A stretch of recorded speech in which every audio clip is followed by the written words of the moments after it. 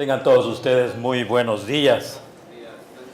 Saludar a las honorables autoridades de esta casa de estudios, nuestro vicerrector académico, pero también a la licenciada Villalta de Parada, nuestra decana de la Facultad de Ciencias y Humanidades, pero también a la señora secretaria del COFACA, la doctora Morena Magaña.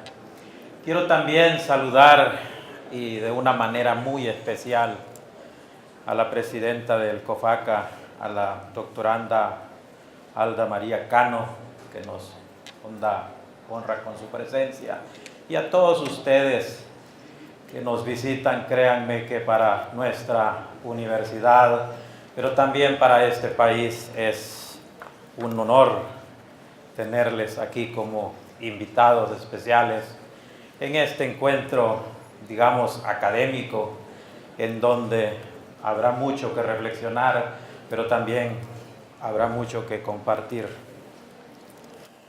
Agradezco a todos por tomarse el tiempo para escuchar esta, digo yo, reflexión, la misma que considero tiene una profundidad antropológica, filosófica e histórica, por los diferentes campos que he procurado abarcar y los enfoques que he realizado para encuadrar el fenómeno.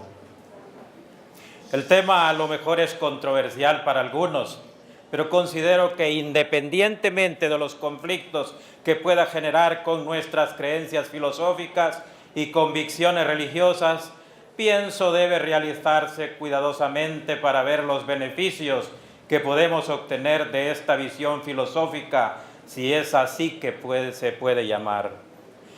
El mismo humanista italiano Giovanni Pico della Mirandola definía en el siglo V, cuando escribía, y cito, el Manifiesto del Renacimiento, cierro cita, con su obra Horatio de Hominis Dignitae, que, abro cita, nadie puede elegir adecuadamente lo que le conviene a todas las filosofías si no se ha familiarizado antes con todas ellas. Además, considérese que en cada escuela hay algo distintivo de ella que no tiene en común con los demás. Cierro cita. Es importante señalar que el humanismo es una corriente del pensamiento que se revela contra lo clásico, el pensamiento medieval. En palabras de la chilena Carla Córdoba, cito, el humanismo se extendía como la recuperación de un periodo culminante de la historia humana, capaz de darle a las épocas posteriores la medida máxima de lo humanamente posible. Cierro cita. Por ello, tratemos de definir qué vamos a entender por humanismo, sus características, sus precursores teóricos y sus posiciones frente a las ciencias humanas, partiendo de que hoy en día todo mundo parece ser que habla de humanismo. Y hay una definición muy en boga, y la comparto con ustedes, que en sentido general llamamos humanista a toda teoría filosófica que destaque el valor del ser humano frente al resto de las realidades, a que desarrolla sus tesis principales a partir de la reivindicación de los valores humanos. Entonces, se trata pues de un movimiento intelectual desarrollado en Europa durante los siglos XV y XVI, que rompiendo las tradiciones escolásticas medievales y exaltando en su totalidad las cualidades propias de la naturaleza humana, pretendía descubrir al ser humano y dar un sentido racional a la vida, tomando como maestros a los clásicos griegos y latinos, cuyas obras redescubrió y estudió. Fíjense ustedes que el humanismo fue una corriente de pensamiento que se origina dentro del Renacimiento y es considerada una filosofía propia que tiene su propia visión de la epistemología de la política, de la ética, de la estética y la metafísica, convirtiéndose así en un sistema completo de ideas que busca darle a la humanidad una mejor interpretación de su entorno. Aquí haré una precisión muy ligera de lo que estoy diciendo. Entre sus principales características tenemos: 1. Rechazo a los principios y pensamiento medieval. 2. Coloca al ser humano como centro del universo por su condición libre y racional. 3. Tiene como referente cultural y de pensamiento a la cultura grecorromana, entre ellos pensadores como Aristóteles y Platón. 4. La verdad se obtiene únicamente por medio de la investigación. Principales precursores del humanismo clásico. En ellos vemos que en Italia el humanismo fue impulsado por las mecenas, los nobles y burgueses que se erigieron como protectores de intelectuales y artistas. Y entre ellos tenemos a Nicolás Maquiavelo, que fue uno de los más reconocidos humanistas cuyo pensamiento realista se apartaba de los principios morales. También tenemos a Tomás Moro, pensador y político inglés, también a Erasmo de Rotterdam, teólogo holandés, a Pico de la Mirandola, humanista italiano, y a Leonardo Bruni, historiador y político italiano. Como lo expresé en mis primeras palabras, el humanismo, fíjense ustedes, es una filosofía tan profunda que en los últimos años los estudiosos han hecho de ella una teoría a la cual la llaman teoría del humanismo, que consiste en una reforma universal que se da en el mundo del conocimiento para interpretar nuestra realidad. Es una reforma que se registra a partir de la toma de conciencia en todas las culturas y religiones por medio de procesos históricos en el mundo de las ciencias. En palabras de Josep Belda Boineto, al analizar la obra de Pedro Aullón de Haro, el humanismo permitió que se produjera, y cito, un tránsito de lo cosmológico a lo antropológico, y no solo porque el ser humano se convirtió en el centro de los intereses de lo religioso y de lo filosófico, sino especialmente porque el mismo ser humano devino el sujeto actor y responsable en su conciencia ético-religiosa del mejoramiento de sí mismo, de lo humano y del mismo mundo. Cierro cita. Con un pensamiento humanista, la persona debe comprender que se convierte en el actor de sí mismo y de la construcción del mundo, para lo cual deberá romper los miedos de las tradiciones, de la conciencia de subjetividad y de los ritos religiosos que eran concebidos como formas divinas para solucionar e interpretar los problemas humanos. Benedetto lo considera este proceso como una mutación del ser humano, porque se produce una metamorfosis al estilo kafkiano, donde lo subjetivo pasa a ser objetivo y donde lo metafísico se transforma en pensamiento razonado y real. De ahí la importancia de la educación, fíjense ustedes, la cual es desde la concepción humanista una de las vías más importantes para la transmisión del conocimiento y de los valores morales, para la cual la cultura occidental, la pedagogía humanista, es una de las formas más idóneas para transmitir el saber a las nuevas generaciones. Tengo entendido que el modelo educativo que implementan algunos centros educativos en este país, ya sean de educación básica o universitaria, lo hacen sobre la base del humanismo constructivista, el cual consiste en reconocer a la persona como centro del proceso de enseñanza-aprendizaje, tomando en cuenta que cada persona aprende y conoce de acuerdo con su estilo cognitivo y su realidad biopsicosocial y cultural.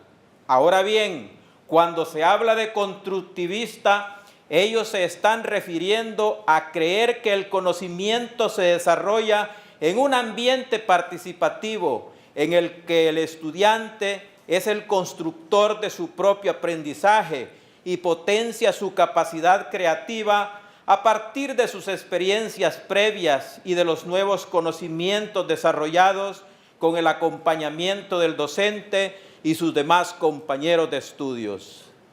Es aquí donde quiero hacer una pausa, más subrayar que el humanismo apoyado por el constructivismo permite una relación armoniosa entre personas, mirándonos como complementos unos de otros, donde mi conocimiento es útil a otra persona a quien entrego para recibir su conocimiento y así juntos construir el saber personal que me llevaría a tener una actitud solidaria e inclusive en todo el proceso de formación.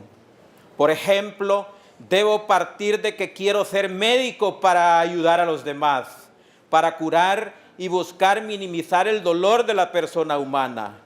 Yo no debería ser médico para hacer riqueza, mucho menos para convertirme en clase hegemónica en la sociedad. Así deberían ser todas las profesiones universitarias, desde el sociólogo, el antropólogo, el ingeniero, entre otros. Deberíamos entender que el centro del conocimiento humano adquirido es para proponerlo al servicio de la colectividad, la cual recibiremos nuestra retribución económica según la valorización que hace el mercado laboral de nuestra fuerza de trabajo. Con lo anterior trato de explicar que el humanismo tiene una interpretación del conocimiento desde la colectividad, la cual se transmite desde la cultura para que sea fortalecido en el tiempo. En palabras de Beineto, no hay humanismo que no sea razonablemente optimista, pues asume una idea de ser humano esencialmente libre y naturalmente inclinado al deseo de aprender y de interiorizar modelos de virtud. Cierro cita. Trato entonces de mantener la idea de que el humanismo pedagógico centra la educación en idearios sociales o económicos. No estamos diciendo que el humanismo centre su estudio o reflexión solo en aspectos palpables. Mucho cuidado con ello. Lo que digo es que la epistemología del humanismo tiene claro que una sociedad se reproducirá sobre la base de su ideario político y económico, y esto no es subjetivismo. Hay que comprender que el modelo humanista decodifica el pensamiento de la persona y su realidad para interpretarla y ajustar su aprendizaje de acuerdo a sus necesidades personales y colectivas. Lógicamente, si nuestra cultura de consumo está muy incrustada en la mente del ser humano y su entorno es de consumo permanente, su ansiedad por aprender podría estar basado en el deseo de aprender para utilizar su conocimiento como mercancía para satisfacer sus necesidades de consumo. La pregunta en este proceso es ¿ese es el tipo de ser humano que necesita y requeremos? La respuesta podría ser no, porque nos destruye. Lamentablemente, aunque no lo queremos, en la práctica es lo que reproducimos, porque hace falta vernos más internamente. Ahí es donde el humanismo entra en acción como una corriente filosófica que ayuda a entender la razón de ser y, naturalmente, la razón de existir. Pero esto no solo ocurre en la actualidad. Ya en la Edad Media se dieron casos en los cuales la educación sirvió para reproducir una forma de pensamiento creativo y estético en la antigua Grecia. Al respecto, Beineto lo explica de la siguiente manera. Y abro cita, Jaeger consolidó la idea de que la tradición humanística, desde sus orígenes griegos, estaba íntimamente unida a la educación, una educación que no se restringe a la transmisión de enseñanzas, sino a la tarea ambiciosa de conformar al modo de una acción artística, hombres de humanidad integral, fusión de instrucción y educación entendida como asunción interior de valores. Cierro cita. Yo aquí quisiera preguntar a ustedes, y créanmelo, que me gustaría, si tuviéramos el tiempo a nuestro favor, quisiera reflexionar con ustedes si el descubrimiento y separación del átomo es más valioso que una obra literaria de Miguel de Cervantes.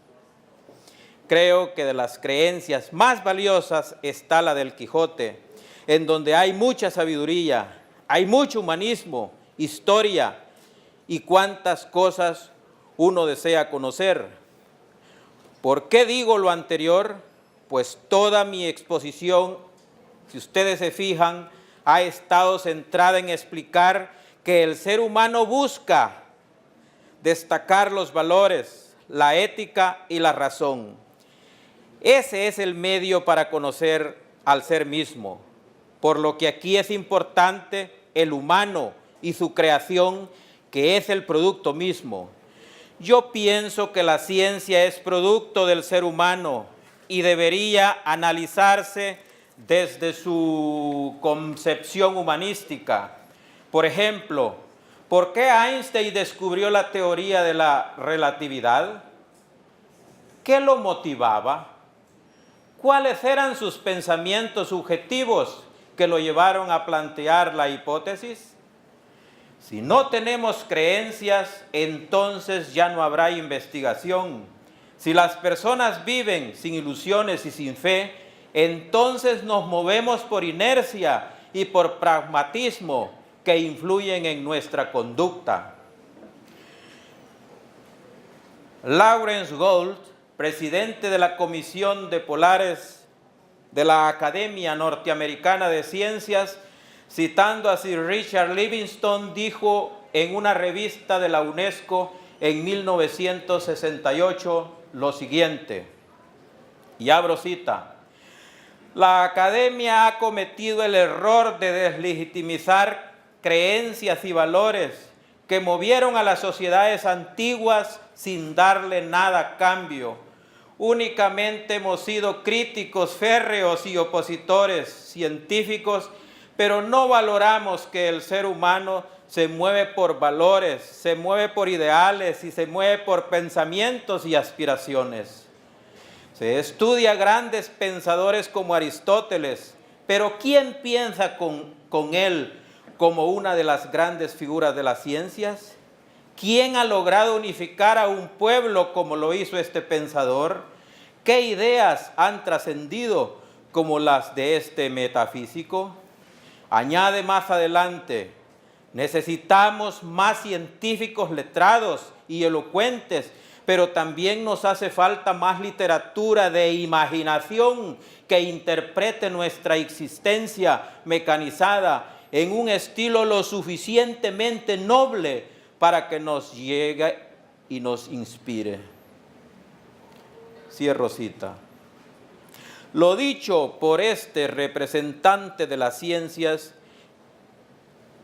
en uno de los países que han escogido a hombres y mujeres de ciencia, nos lleva a entender que las ciencias no deberían ser sinónimo de pérdida de valores, creencias o imaginación, porque es propia del ser humano.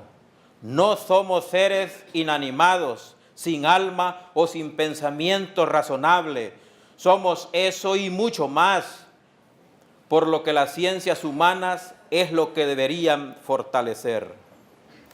Como antropólogo que soy, debo decirle que nuestro enfoque científico o filosófico está en conocer esos elementos que han movido a las grandes culturas del mundo, no puede perderse de vista que la antropología, en tanto estudia la naturaleza del ser humano, apunta al concepto metafísico de lo que sea esa naturaleza. En otras palabras, la antropología logra exponer cómo las grandes culturas como la China, Atenas, India y la hebrea se mantuvieron gracias a una serie de ideas basadas en una unidad espiritual, lo cual resulta interesante porque si su legado es tan valioso para la humanidad, que puedo asegurar que sirvieron de base para construir lo que hoy tenemos. El humanismo, como lo vimos al principio de esta exposición que les hago, entra su análisis en la reivindicación de los valores humanos, es decir, en todo aquello que valora a la persona, a su comunidad y a su cosmovisión. Quizá la ciencia pueda estar o no estar de acuerdo con esos ideales, ya que dentro de la metafísica no hay forma de contestar. Pero algo que sí podemos estar conscientes es que esos ideales, en esa búsqueda de la divinidad y eternidad del ser humano, ha hecho maravillas con la ciencia para lograr lo que con sus mentes o su espíritu está y quiere. Lo anterior lo sostengo con lo dicho por Javier Zubiri, referente a la persona como ser humano.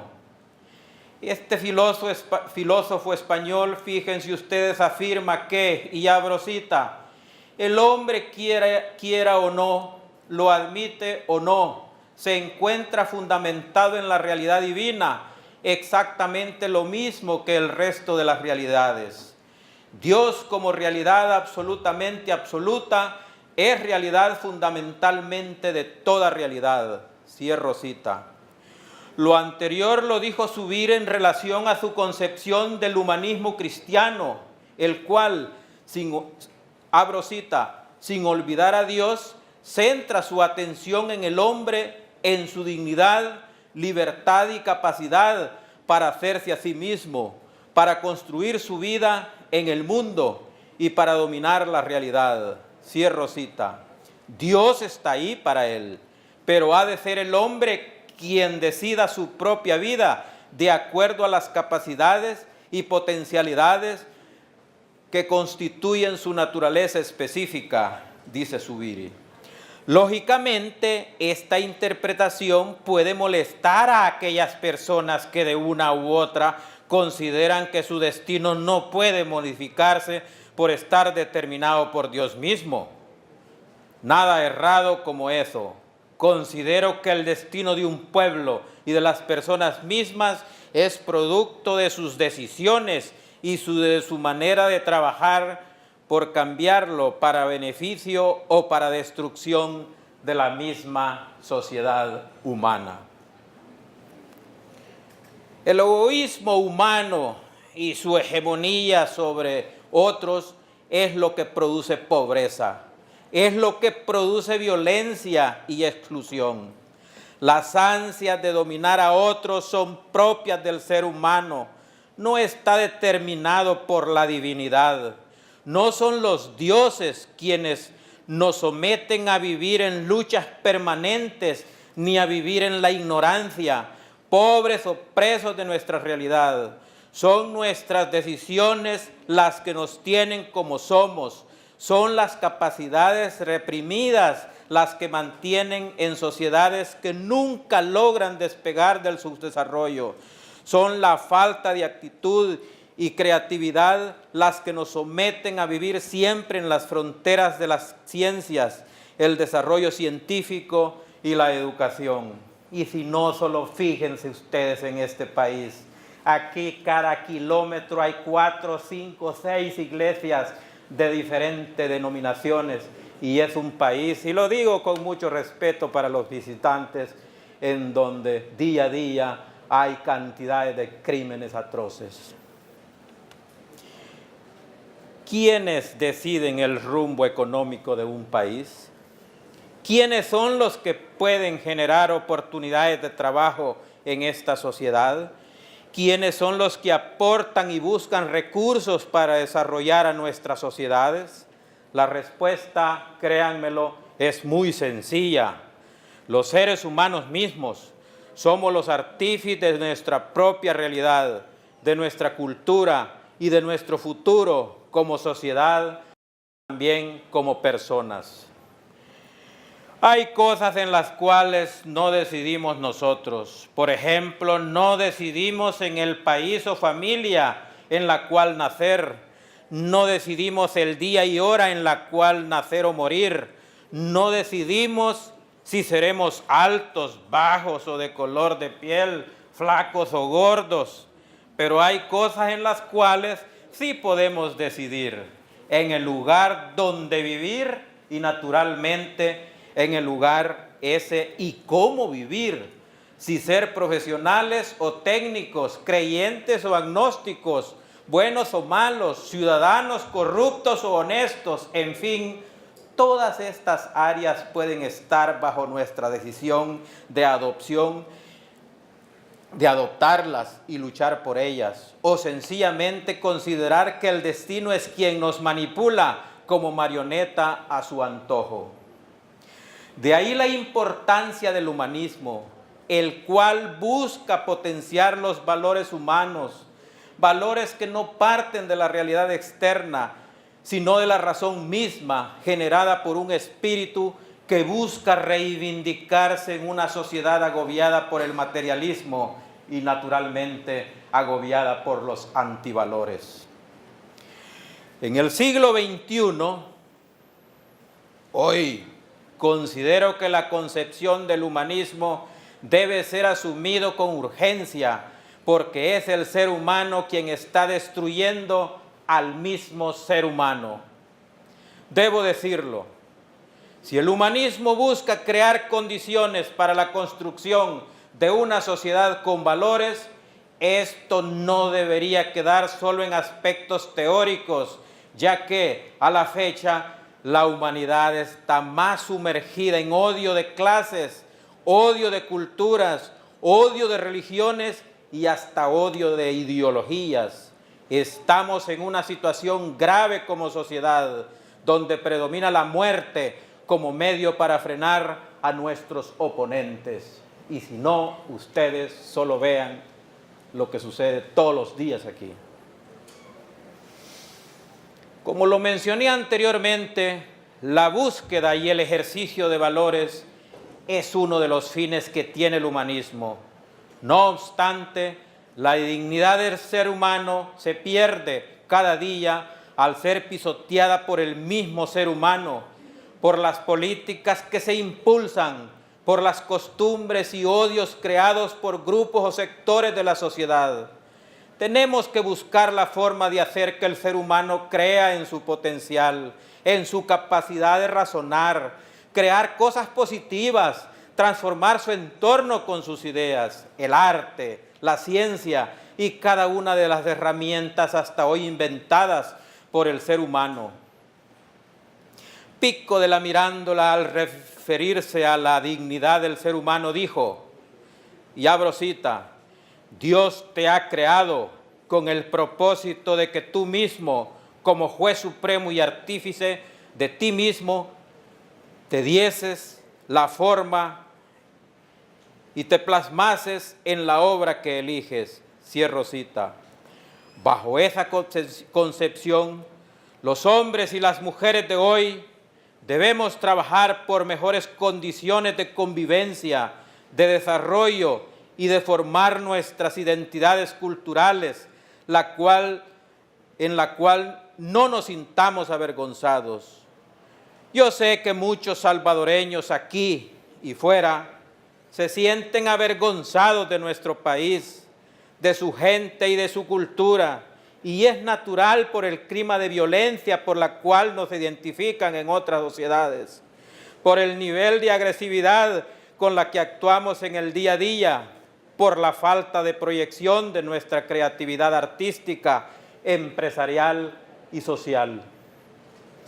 Para cambiar esta realidad en la que vivimos, es urgente que trabajemos colectivamente, como me lo expresó en su oportunidad Irina Bokova, directora general de la UNESCO, en una reunión que sostuve con ella en La Habana, en Cuba. Entonces ella me decía: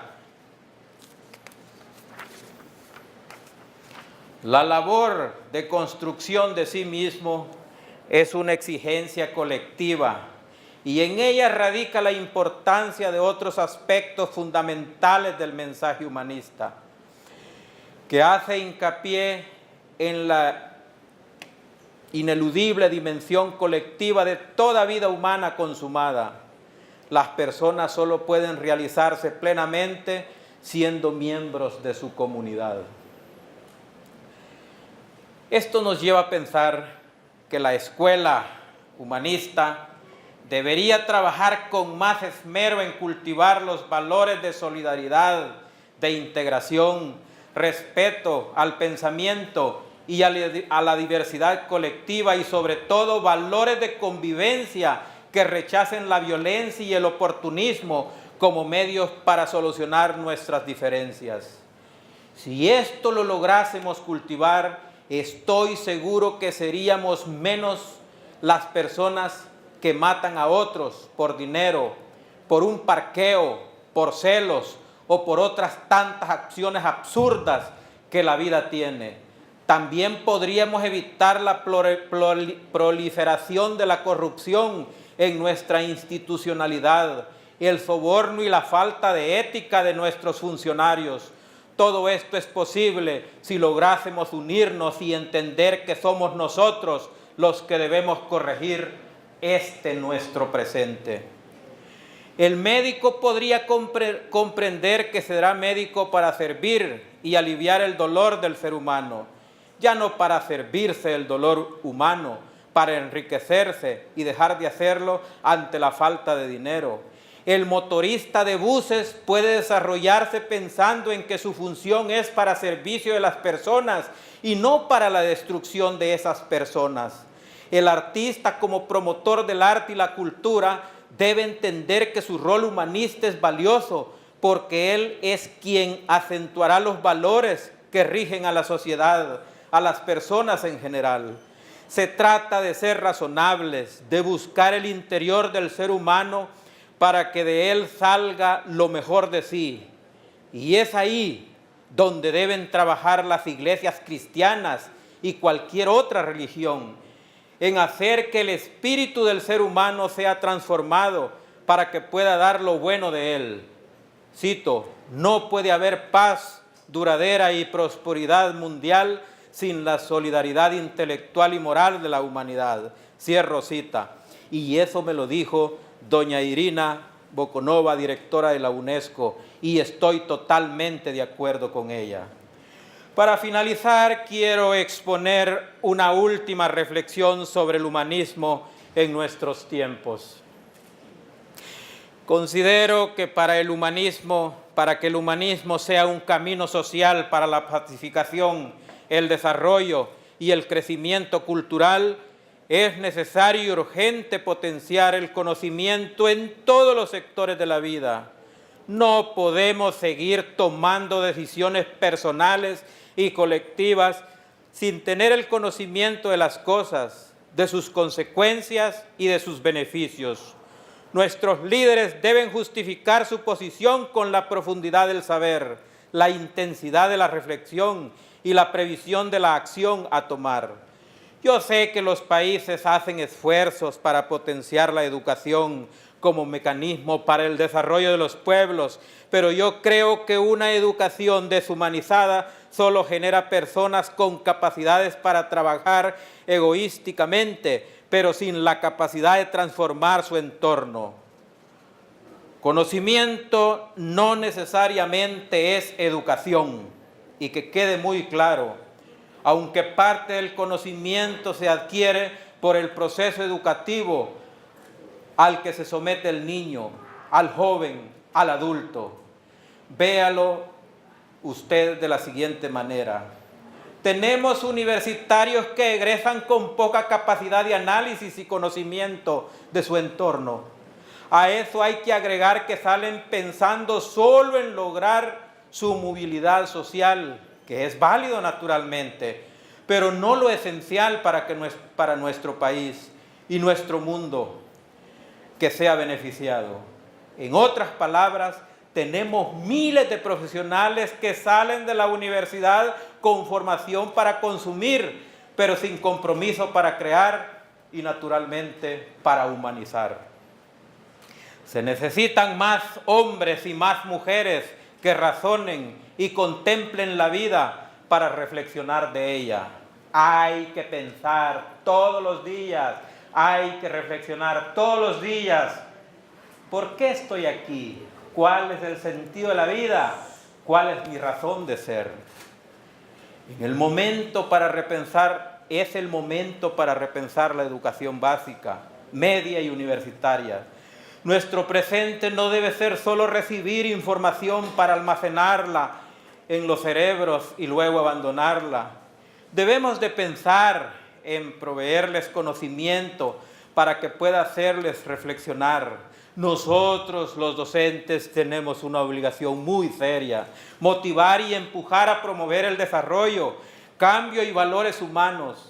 Debemos humanizarnos para romper con patrones monstruos como la corrupción, el odio de clases, las desigualdades sociales y la violencia. Ahí juega un rol importante la educación humanista, la antropología humanista, la economía humanista y todo aquello que tenga que ver con la dignidad del ser humano. Abro cita. El ser humano libre puede ser algo más que un juguete de las circunstancias. Cierro cita. Externó Pico de la Mirandola. Nuestra libertad no tiene precio y sobre esa libertad debemos construir nuestro futuro. Muchas gracias.